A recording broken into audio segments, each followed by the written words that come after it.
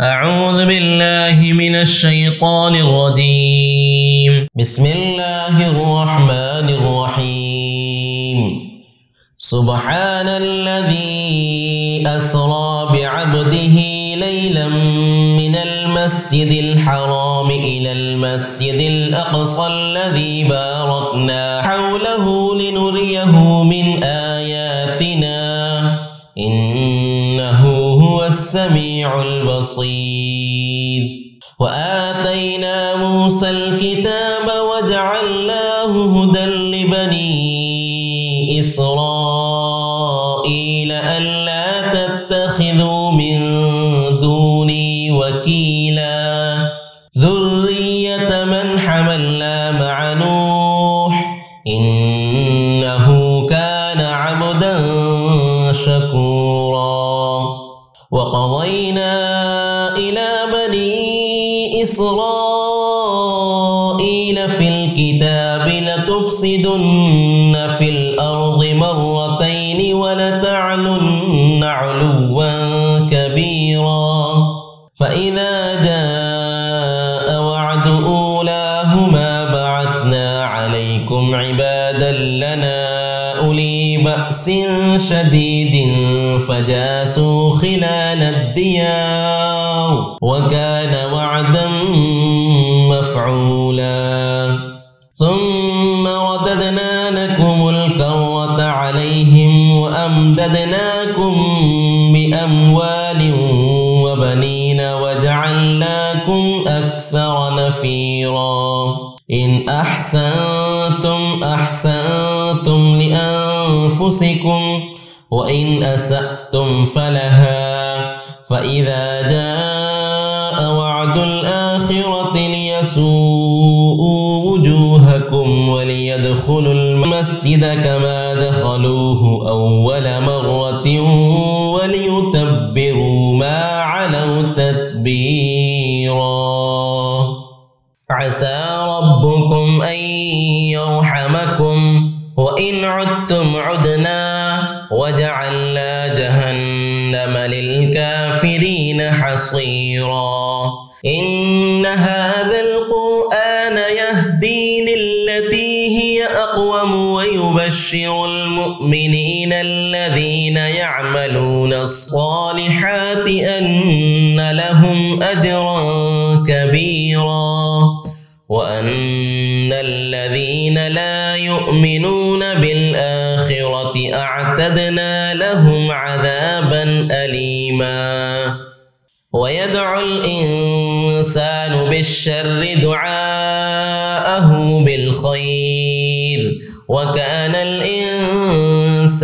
عجولا. وجعلنا الليل والنهار آيتين فمحونا آية الليل وجعلنا آية النهار مبصرة لتبتغوا فضلا من ربكم ولتعلموا عدد السنين والحساب وكل شيء فصلناه تفصيلا. وكل إنسان ألزمناه طائره في عنقه ونخرج له يوم القيامة كتابا يلقاه منشورا. اقرأ كتابك كفى بنفسك اليوم عليك حسيبا. من اهتدى فإنما يهتدي لنفسه ومن ضل فإنما يضل عليها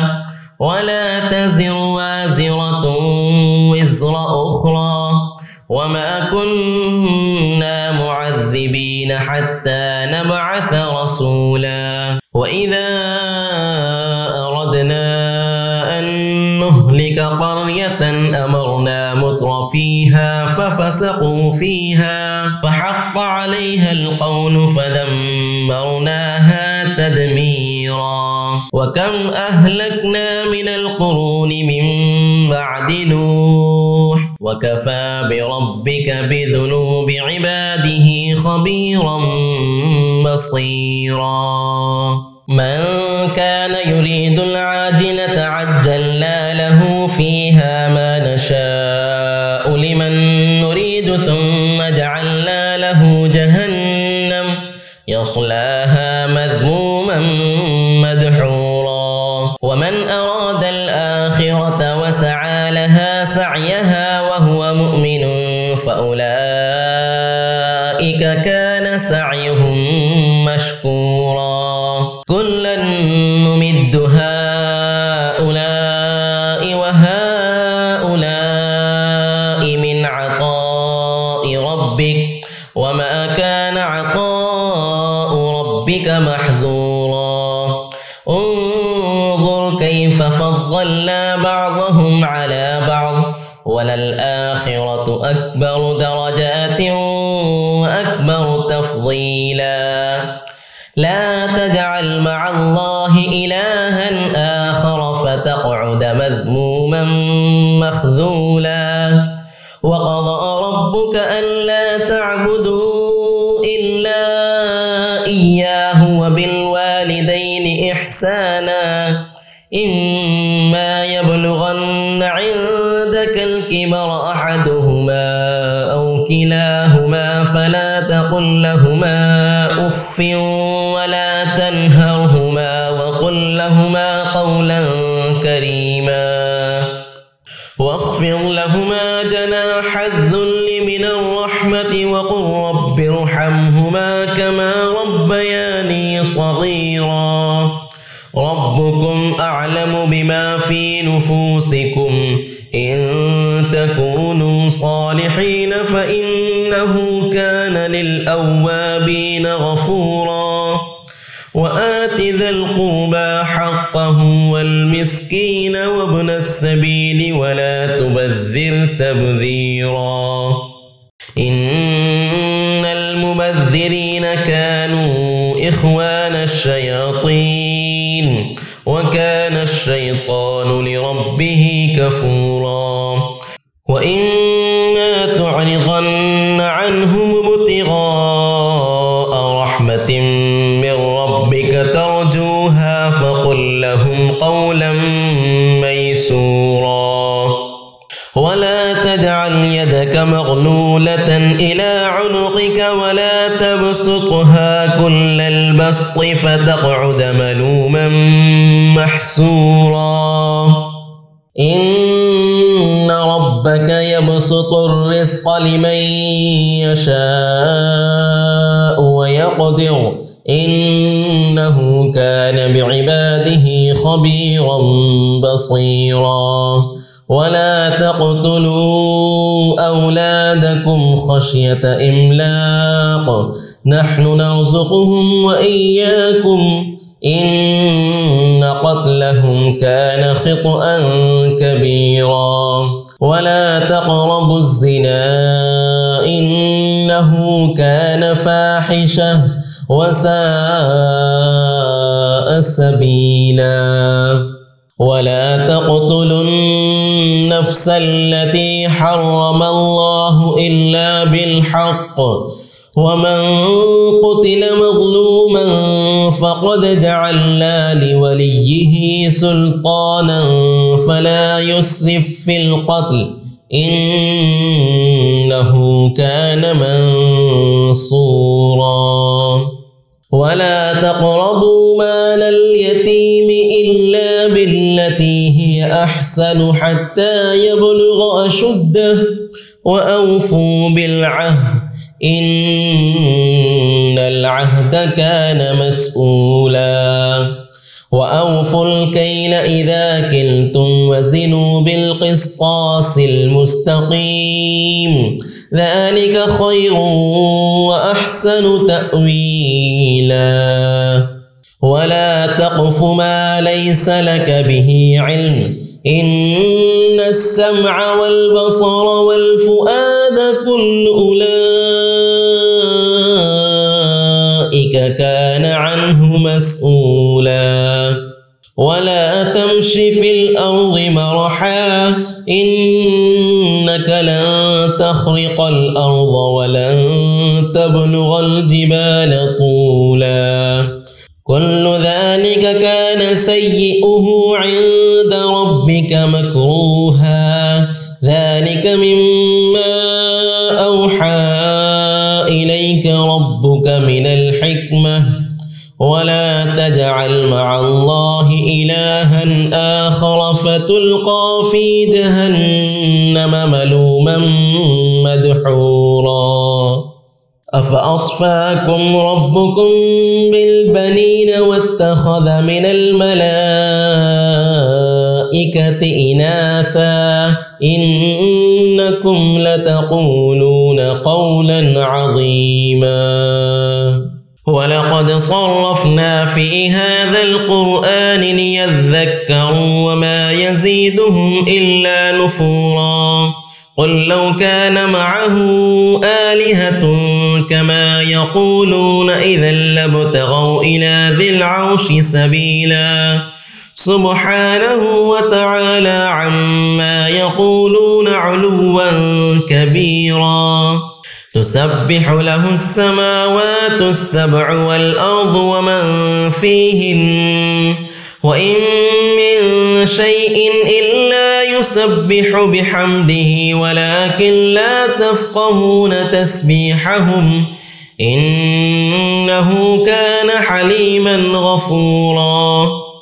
وإذا قرأت القرآن جعلنا بينك وبين الذين لا يؤمنون بالآخرة حجابا مستورا وجعلنا على قلوبهم أكنة أن يفقهوه وفي آذانهم وقرا وإذا ذكرت ربك في القرآن وحده ولوا على أدبارهم نفورا نحن أعلم بما يستمعون به إذ يستمعون إليك وإذ هم نجوى إذ يقول الظالمون إن تتبعون إلا رجلا مسحورا انظر كيف ضربوا لك الأمثال فضلوا فلا يستطيعون سبيلا وقالوا أإذا كنا عظاما ورفاتا أإنا لمبعوثون خلقا جديدا قل كونوا حجارة أو حديدا أو خلقا مما يكبر في صدوركم فسيقولون من يعيدنا قل الذي فطركم أول مرة فسينغضون إليك رؤوسهم ويقولون متاه قل عسى أن يكون قريبا يوم يدعوكم فتستجيبون بحمده وتظنون إن لبثتم إلا قليلا وقل لعبادي يقولوا التي هي أحسن إن الشيطان ينزغ بينهم إن الشيطان كان للإنسان عدوا مبينا ربكم أعلم بكم إن يشأ يرحمكم أو إن يشأ يعذبكم وما أرسلناك عليهم وكيلا وربك أعلم بمن في السماوات والأرض ولقد فضلنا بعض النبيين على بعض وآتينا داود زبورا قل ادعوا الذين زعمتم من دونه فلا يملكون كشف الضر عنكم ولا تحويلا أولئك الذين يدعون يبتغون إلى ربهم الوسيلة أيهم أقرب ويرجون رحمته ويخافون عذابه إن عذاب ربك كان محذورا وإن من قرية إلا نحن مهلكوها قبل يوم القيامة أو معذبوها عذابا شديدا كان ذلك في الكتاب مسطورا وما منعنا أن نرسل بالآيات إلا إلا أن كذب بها الأولون وآتينا ثمود الناقة مبصرة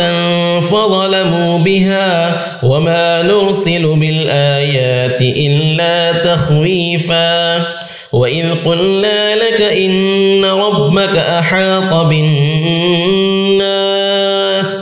وما جعلنا الرؤيا التي أريناك إلا فتنة للناس والشجرة الملعونة في القرآن ونخوفهم فما يزيدهم إلا طغيانا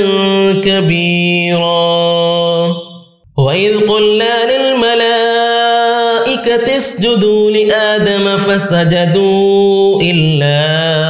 إبليس قال أأسجد لمن خلقت طينا قال أرأيتك هذا الذي كرمت علي لئن أخرتني إلى يوم القيامة لأحتركن ذريته إلا قليلا قال اذهب فمن تبعك منهم فإن جهنم جزاؤكم جزاء موفورا واستفزز من استطعت منهم بصوتك وأجلب عليهم بخيلك ورجلك وشاركهم في الأموال والأولاد وعدهم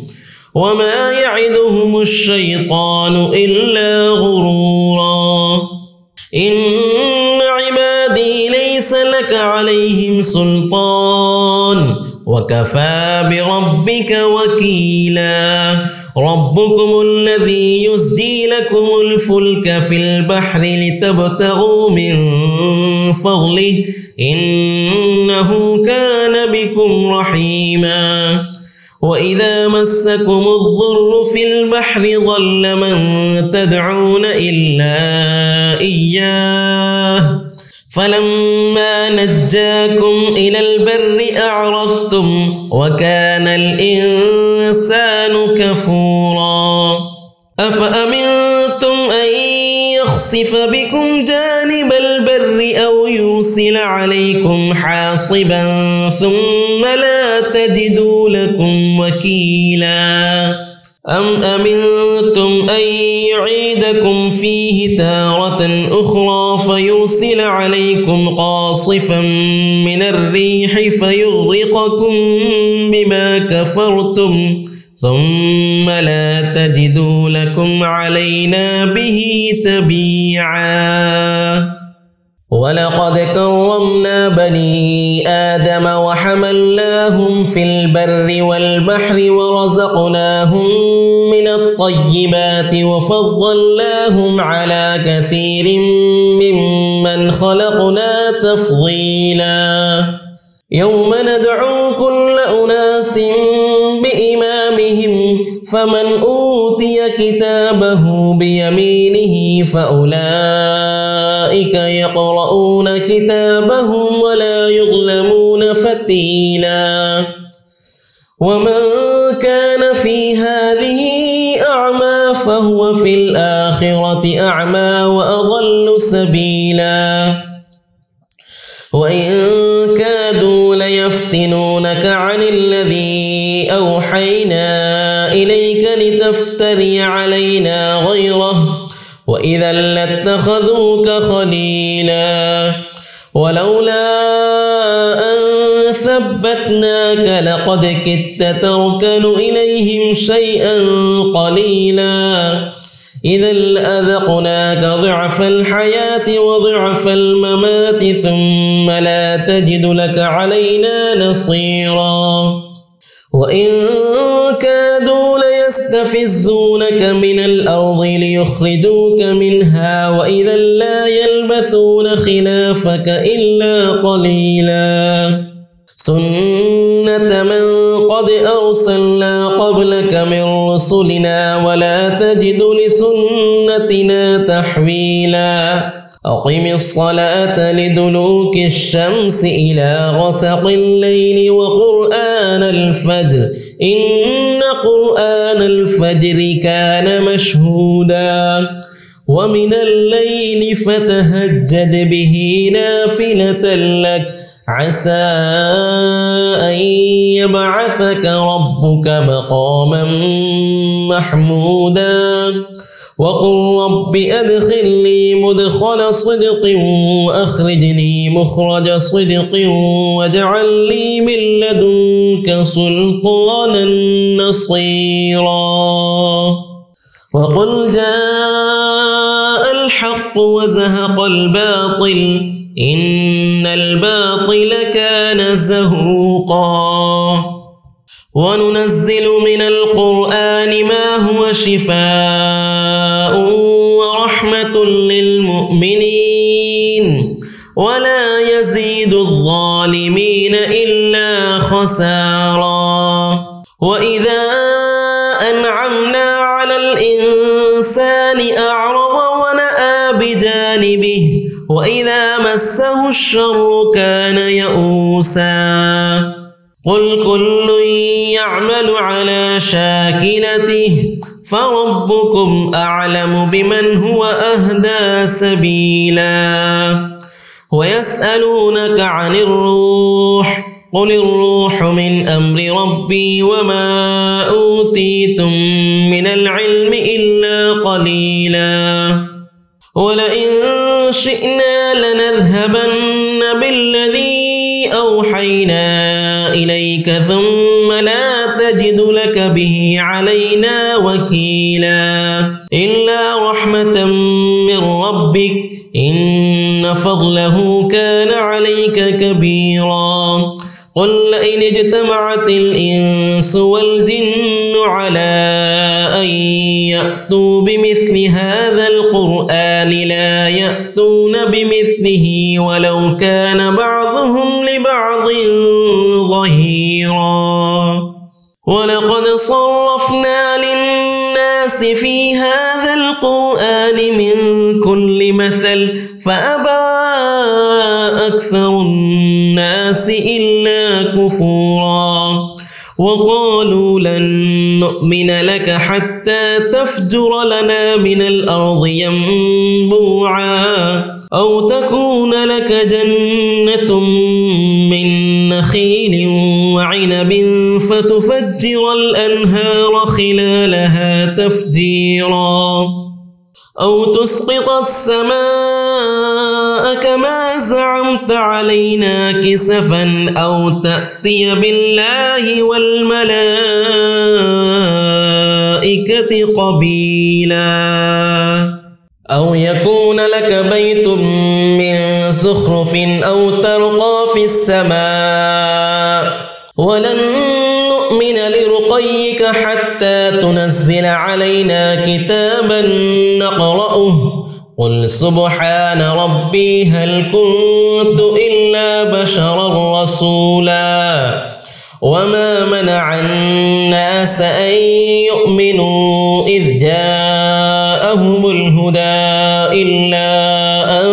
قالوا أبعث الله بشرا رسولا قل لو كان في الأرض ملائكة يمشون مطمئنين لنزلنا عليهم من السماء ملكا رسولا قل كفى بالله شهيدا بيني وبينكم إنه كان بعباده خبيرا بصيرا ومن يهد الله فهو المهتد ومن يضلل فلن تجد لهم أولياء من دونه ونحشرهم يوم القيامة على وجوههم عميا وبكما وصما مأواهم جهنم كلما خبت زدناهم سعيرا ذلك جزاؤهم بأنهم كفروا بآياتنا وقالوا أإذا كنا عظاما ورفاتا أإنا لمبعوثون خلقا جديدا أولم يروا أن الله الذي خلق السماوات والأرض قادر على يخلق مثلهم وجعل لهم أجلا لا ريب فيه فأبى الظالمون إلا كفورا قل لو أنتم تملكون خزائن رحمة ربي إذا لأمسكتم خشية الإنفاق وكان الإنسان قتورا ولقد آتينا موسى 9 آيات بينات فاسأل بني إسرائيل إذ جاءهم فقال له فرعون إني لأظنك يا موسى مسحورا قال لقد علمت ما أنزل هؤلاء إلا رب السماوات والأرض بصائر وإني لأظنك يا فرعون مثبورا فأراد أن يستفزهم من الأرض فأغرقناه ومن معه جميعا وقلنا من بعده لبني إسرائيل اسكنوا الأرض فإذا جاء وعد الآخرة جئنا بكم لفيفا وبالحق أنزلناه وبالحق نزل وما أرسلناك إلا مبشرا ونذيرا وقرآنا فرقناه لتقرأه على الناس على مكث ونزلناه تنزيلا قل آمنوا به أو لا تؤمنوا إن الذين أوتوا العلم من قبله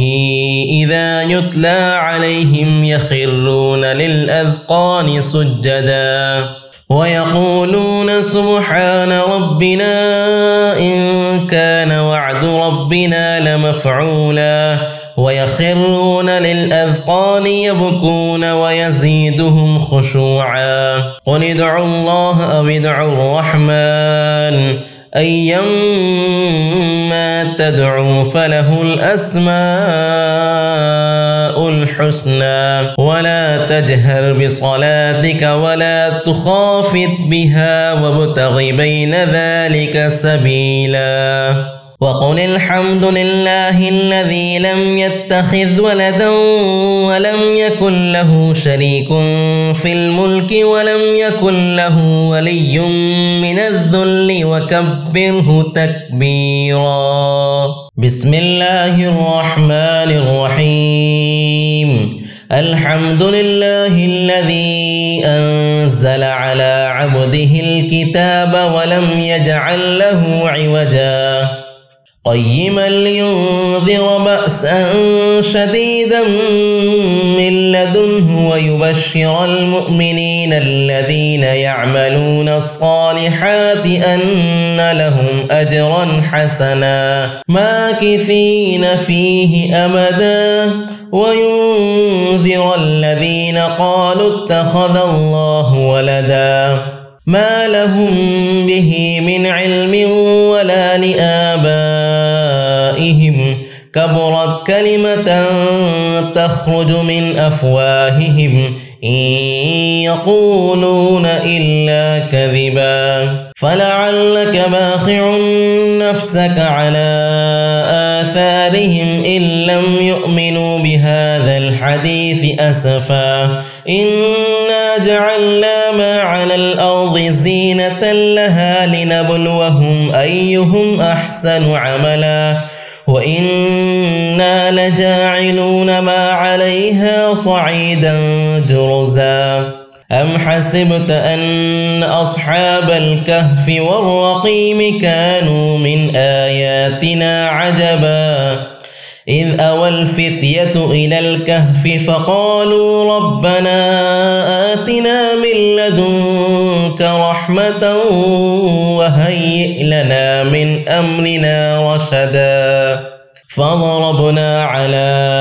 آذانهم في الكهف سنين عددا ثم بعثناهم لنعلم أي الحزبين أحصى لما لبثوا أمدا نحن نقص عليك نبأهم بالحق إنهم فتية آمنوا بربهم وزدناهم هدى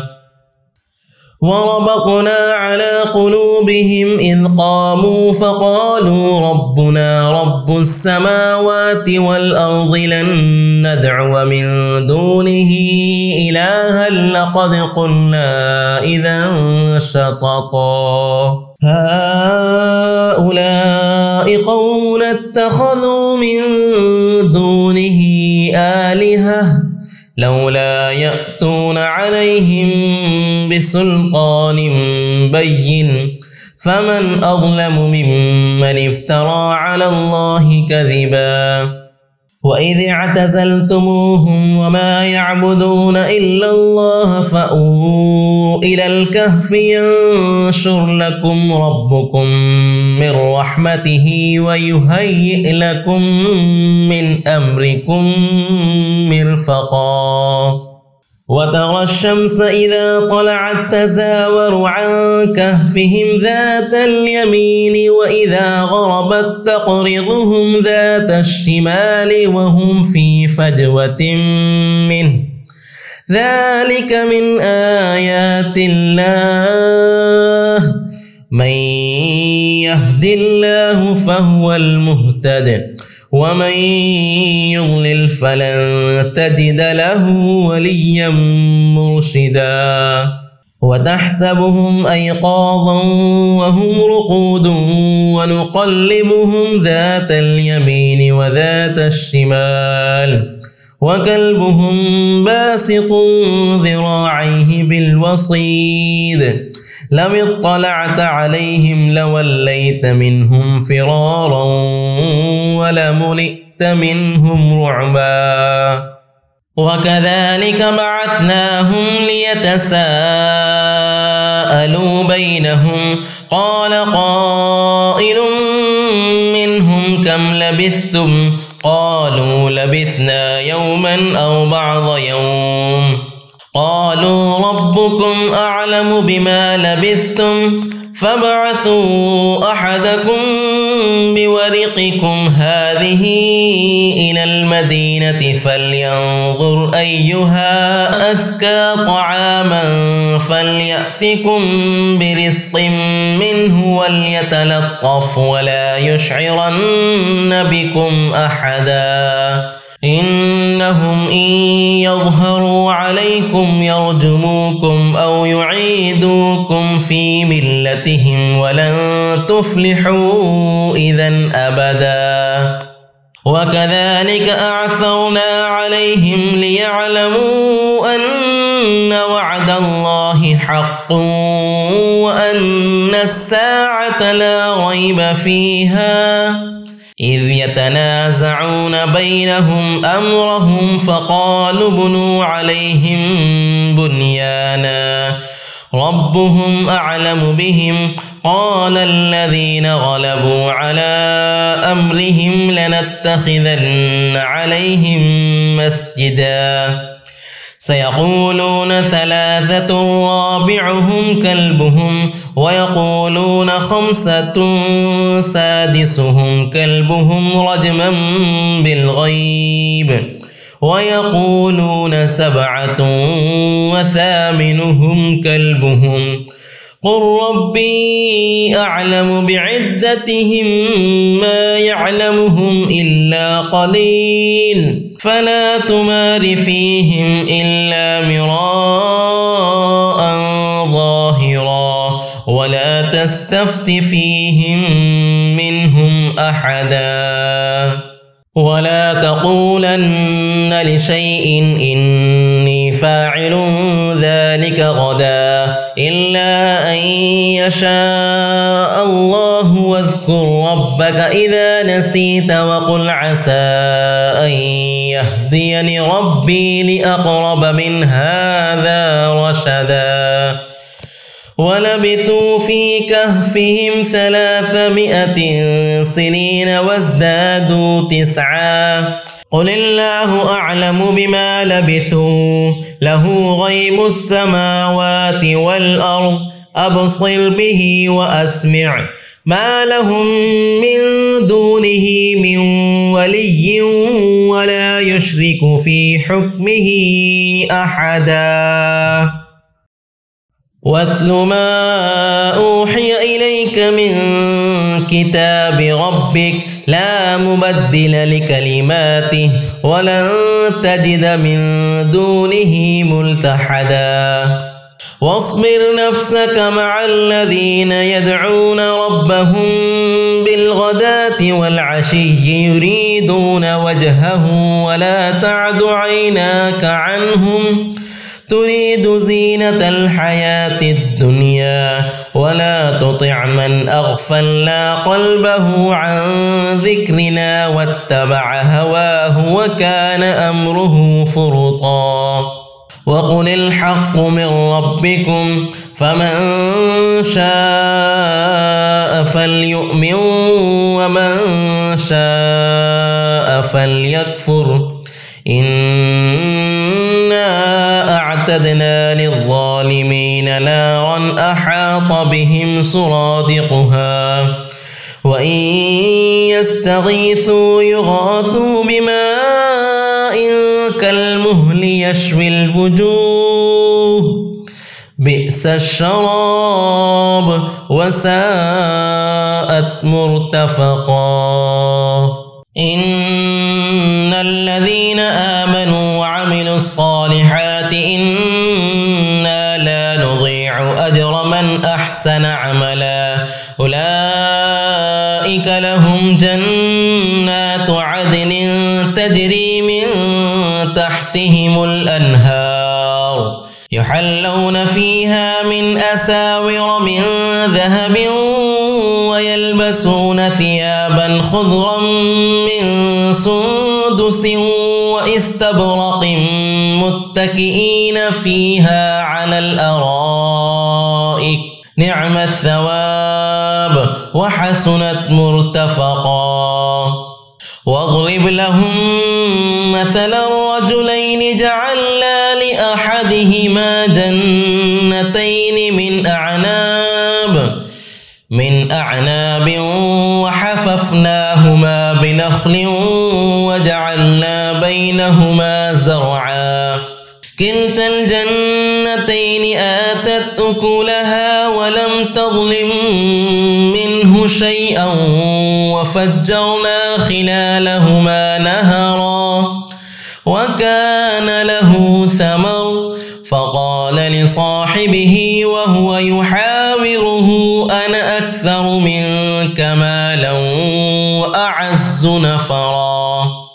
ودخل جنته وهو ظالم لنفسه قال ما أظن أن تبيد هذه أبدا وما أظن الساعة قائمة ولئن رددت إلى ربي لأجدن خيرا منها منقلبا قال له صاحبه وهو يحاوره أكفرت بالذي خلقك من تراب ثم من نطفة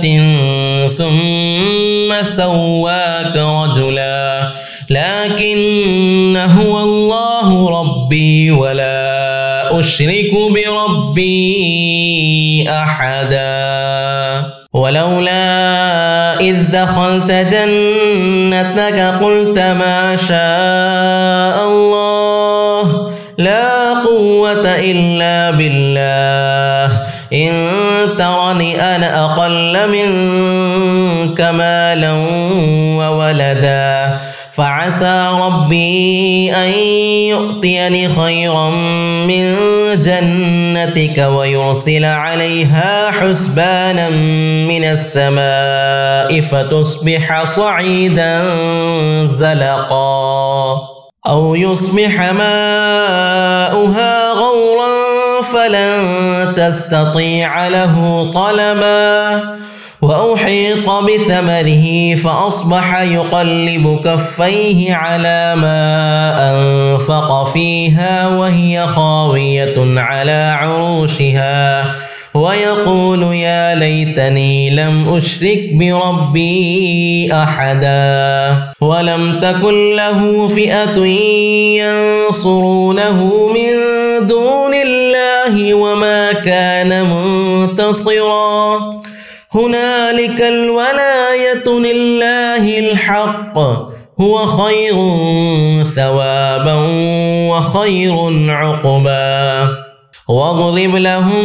مثل الحياة الدنيا كماء أنزلناه من السماء فاختلط به نبات الأرض فأصبح هشيما تذروه الرياح وكان الله على كل شيء مقتدرا المال والبنون زينة الحياة الدنيا والباقيات الصالحات خير عند ربك ثوابا وخير أملا ويوم نسير الجبال وترى الأرض بارزة وحشرناهم فلم نغادر منهم أحدا وعرضوا على ربك صفا لقد جئتمونا كما خلقناكم أول مرة بل زعمتم أن لن نجعل لكم موعدا ووضع الكتاب فترى المجرمين مشفقين مما فيه ويقولون يا ويلتنا ما لهذا الكتاب لا يغادر صغيرة ولا كبيرة إلا أحصاها ووجدوا ما عملوا حاضرا ولا يظلم ربك أحدا وإذ قلنا للملائكة اسجدوا لآدم فسجدوا إلا إبليس كان من الجن ففسق عن أمر ربه أفتتخذونه وذريته أولياء من دوني وهم لكم عدو بئس للظالمين بدلا ما أشهدتهم خلق السماوات والأرض ولا خلق أنفسهم وما كنت متخذ المضلين عضدا ويوم يقول نادوا شركائي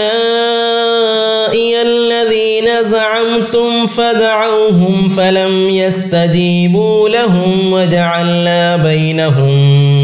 موبقا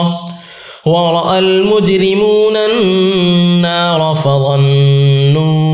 أنهم مواقعوها ولم يجدوا عنها مصرفا ولقد صرفنا في هذا القرآن للناس من كل مثل وكان الإنسان أكثر شيء جدلا وما منع الناس أن يؤمنوا إذ جاءهم الهدى ويستغفروا ربهم إلا أن تأتيهم سنة الأولين أو يأتيهم العذاب قبلا وما نرسل المرسلين إلا مبشرين ومنذرين ويجادل الذين كفروا بالباطل ليدحضوا به الحق واتخذوا آياتي وما